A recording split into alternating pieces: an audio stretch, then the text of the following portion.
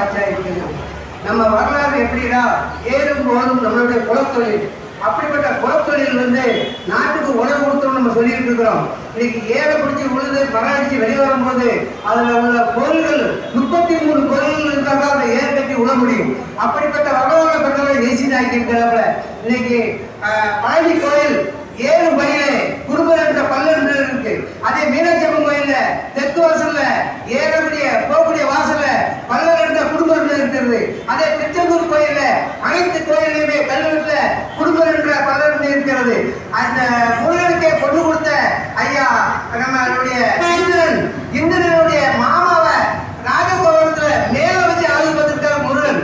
அது ராஜகோபுரத்துல இருக்கிறது யாருக்கும் சரியா தெரியாது. நீங்க ஆய்வு பண்ணி பாருங்க, இந்திரனுடைய சிலை ராஜகோபுரத்துல இருக்கு. அப்படிப்பட்ட ஒரு வரலாறு படைத்த தேவேந்திர மக்களை பட்டியல அழைச்சி வச்சு ஐயா மாநில அரசு மத்திய அரசும் வேடிக்கை பார்த்துருக்கு. எங்களை ஓட்டு உரிமை நினைக்கிறார்கள். கண்டிப்பாக உங்களுக்கு ஒரு பாடம் கற்றுக் கொடுக்கத்தான் ஐயா இமானுவேல் சேகரன் ஐயா ஊர் ஊரா அதிகாரம் வச்சு குடும்பம்னு சொல்லி ஒண்ணு இது பண்ணாரு. அந்த வழியில தான் ரமேஷ் தேவர்கள் எடுத்து இந்த குடும்ப ஒட்டுமுறையை எடுத்து நடத்தி வந்துட்டு இருக்காரு.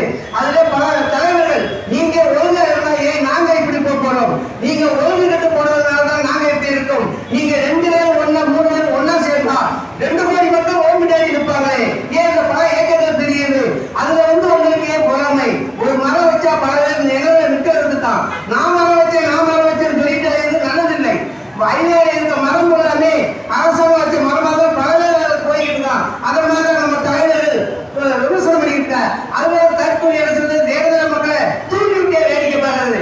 ஐயா ஒரு சொல்லி கேட்டுக்கிறது, நாங்க செராசு கிடையாது, நாங்க ஒரிஜினல்.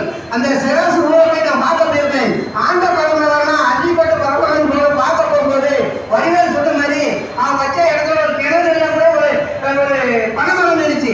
அவன் இடத்துல போய் பார்க்க ஒண்ணுமே கிடையாது. அப்படிப்பட்டவன் சொல்லி இந்த மக்களை பிள்ளைகளை ரொம்ப பயிராக எங்களுடைய தலைவர் பின்னாடி போய் பல தலைகள் இறந்தது. அவ்வளவு குடும்பம் இருக்கு, தேசத்துக்கு வழிநடை இருக்கு.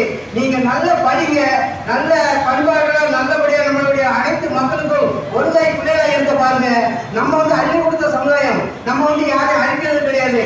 பணத்தை கொடுத்து கைது செய்து அந்த ஒரு சில விஷக்கிருமிகளை ஏற்றி விட்டு சாதி வரியை தூண்டி விட்டு இது பண்ணாங்க. ஒண்ணுமே பல ஜாதி இருக்கும்போது நீ பல ஜாதியை பேசு. இந்த பொருள் தேவையான மட்டும் பேசுறதுக்கு உனக்கு என்ன ரூல்ஸ் இருக்கு? நாங்கள் குடும்பமாக வச்சிருக்கோம்.